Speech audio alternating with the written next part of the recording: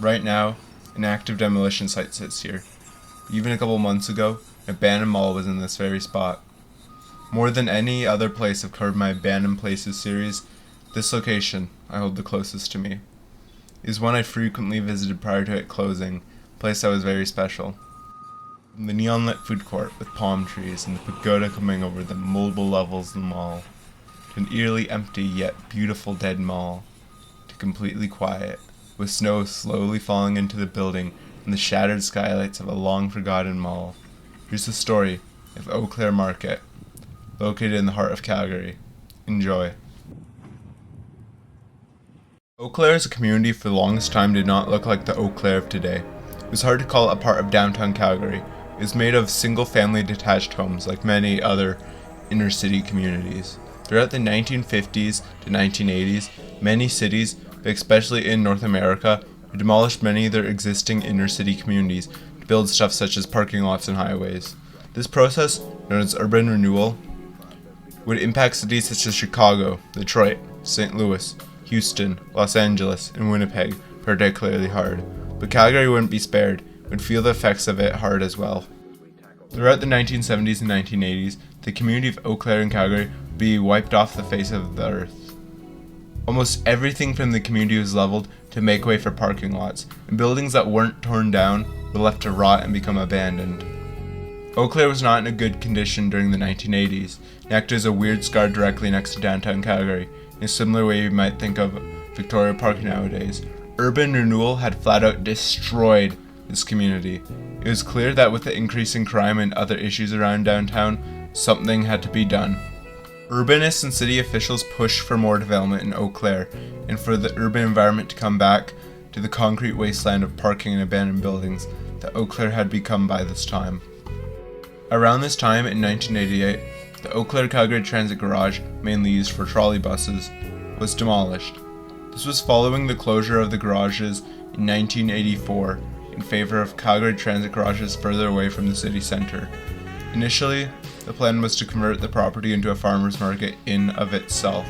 However, the former Eau Claire bus barns had structural issues and had to be torn down.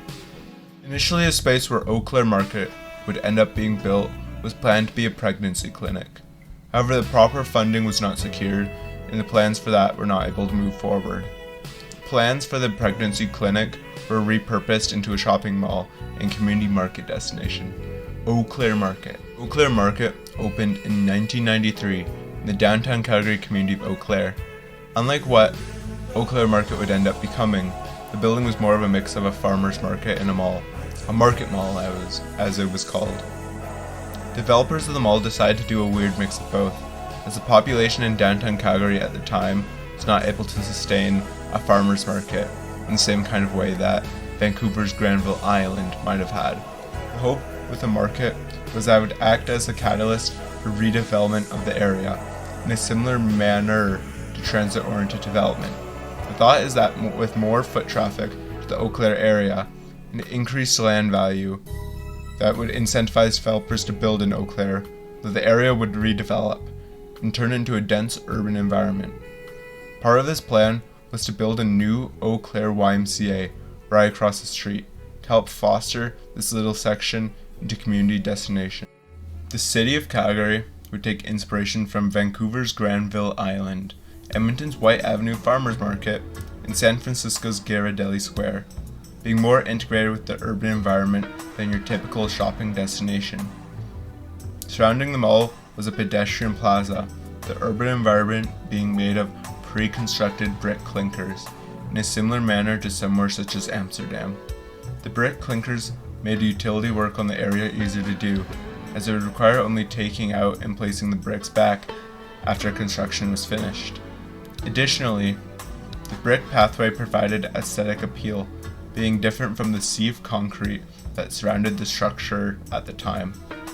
Eau Claire Market was stereotypically 90s, in the best way possible. It was a vintage monument of the decade, covered in bright yellow, red, and blue.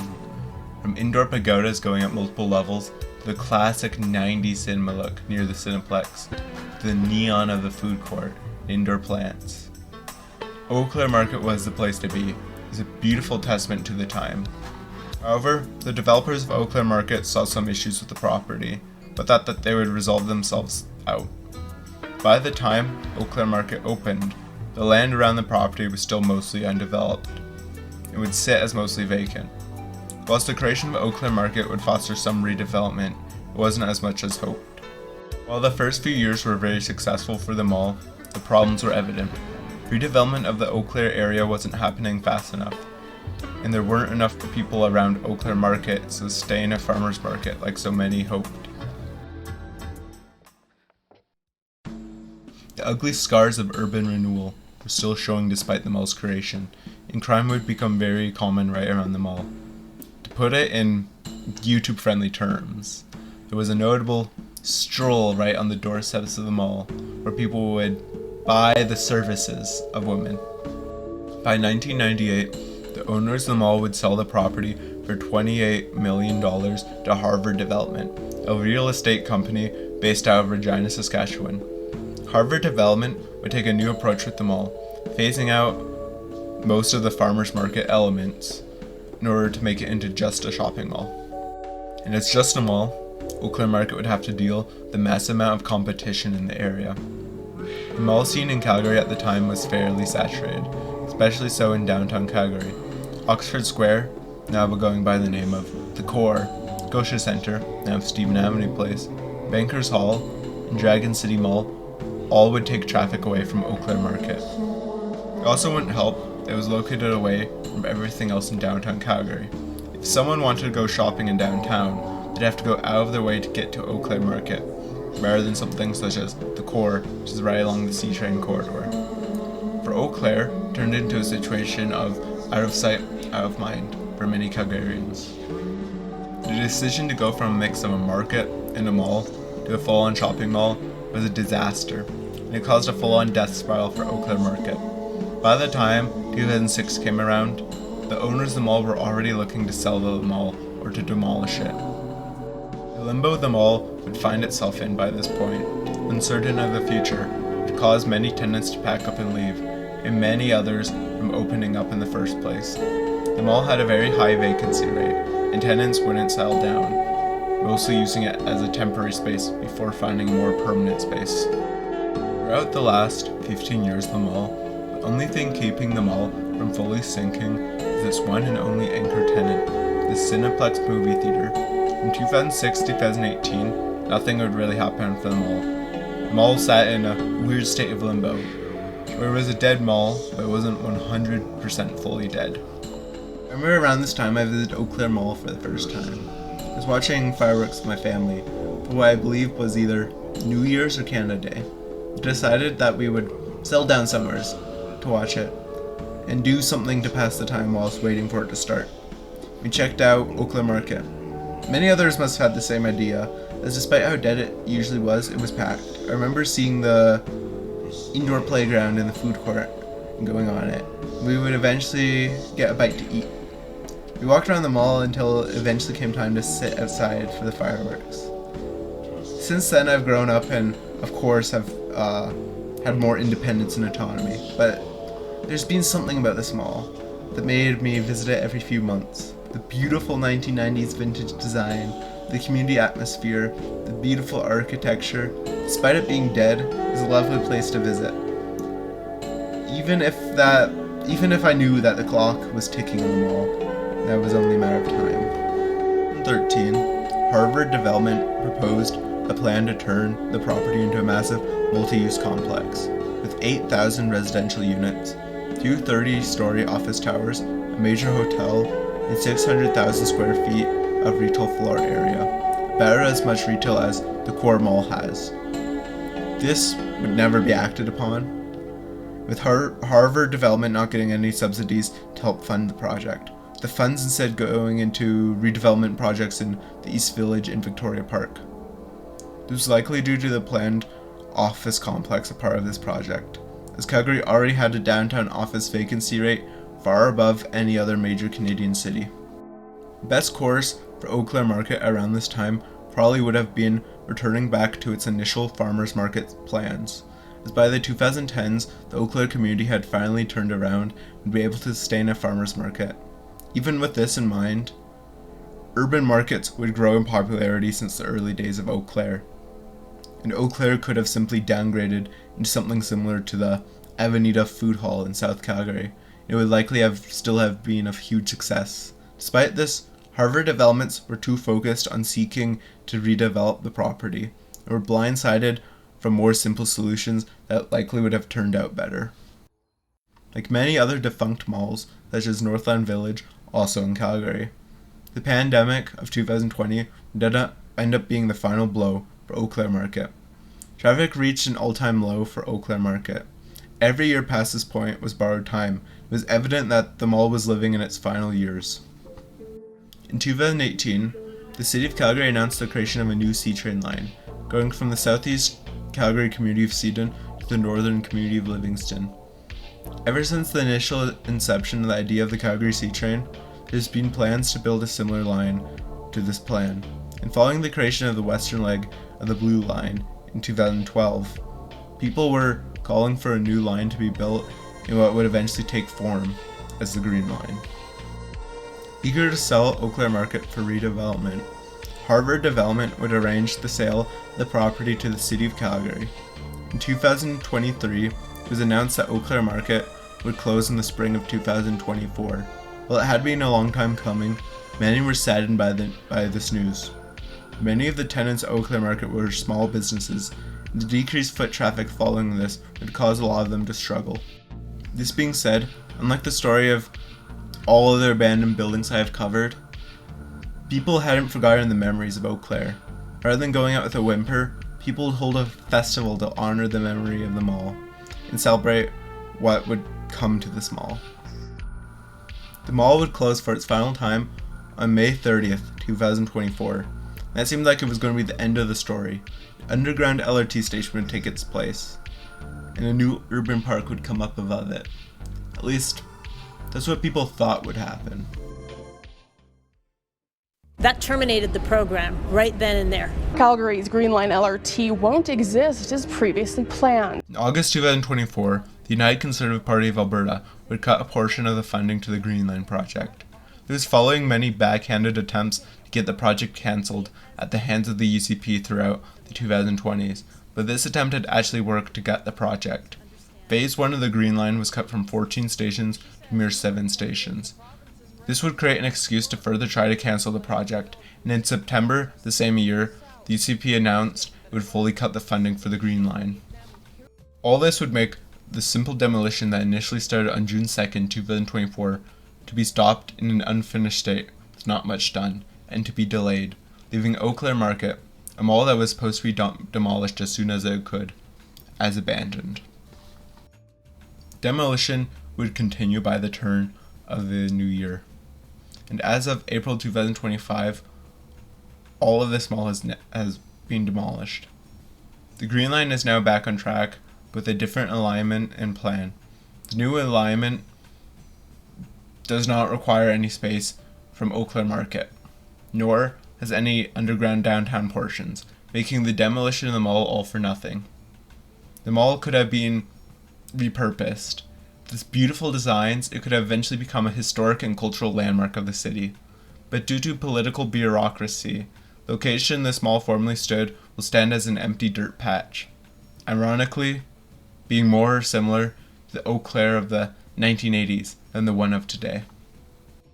I would attempt to enter the abandoned property in December 2024, but sadly I would not be successful. This being said, I have a few friends who have entered the mall in its abandoned state, and they have given me permission to share their footage and photos of the mall.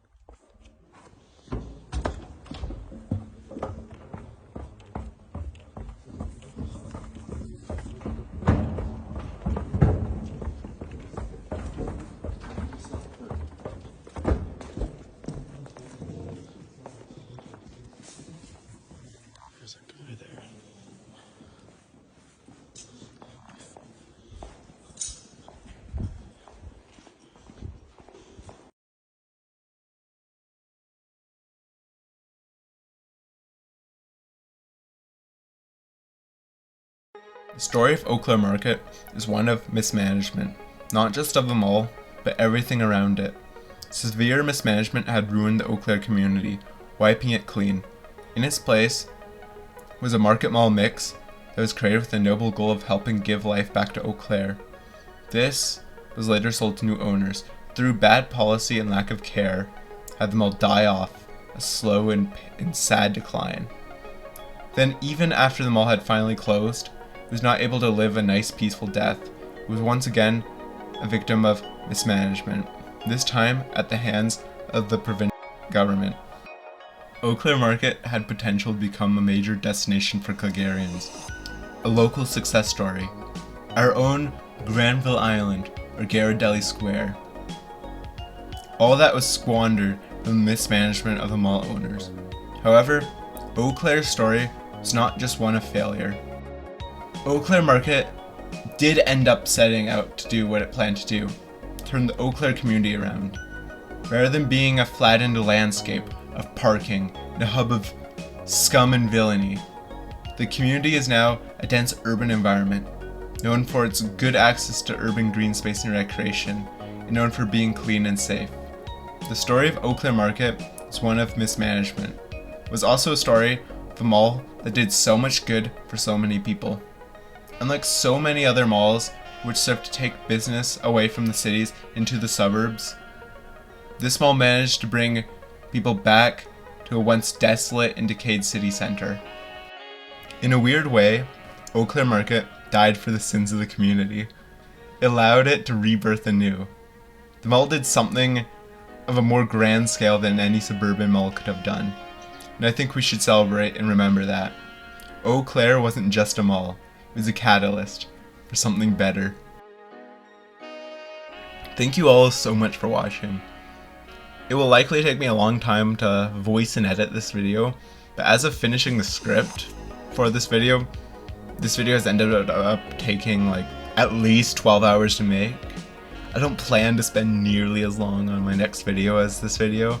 I wanted to put in a lot of effort to discuss a building that was so special to so many people, including me. By creating videos in this series, I want to tell the stories of these places, that they're not forgotten. When it comes to local history, especially abandoned buildings, it's so easy for bits and pieces to get lost to time. Thus, it's important to tell the story of these places. Thank you if you've made it thus far into this video. I'm really happy I get to make content such as this. If you enjoyed this, make sure to like and subscribe, and maybe even leave a comment, as it really helps the channel out. As well, I want to give a special thanks to my channel members, Njacked and XDN, for financially supporting me and making it possible for me to make videos like these. I hope you all enjoyed this, and take care everyone. Peace.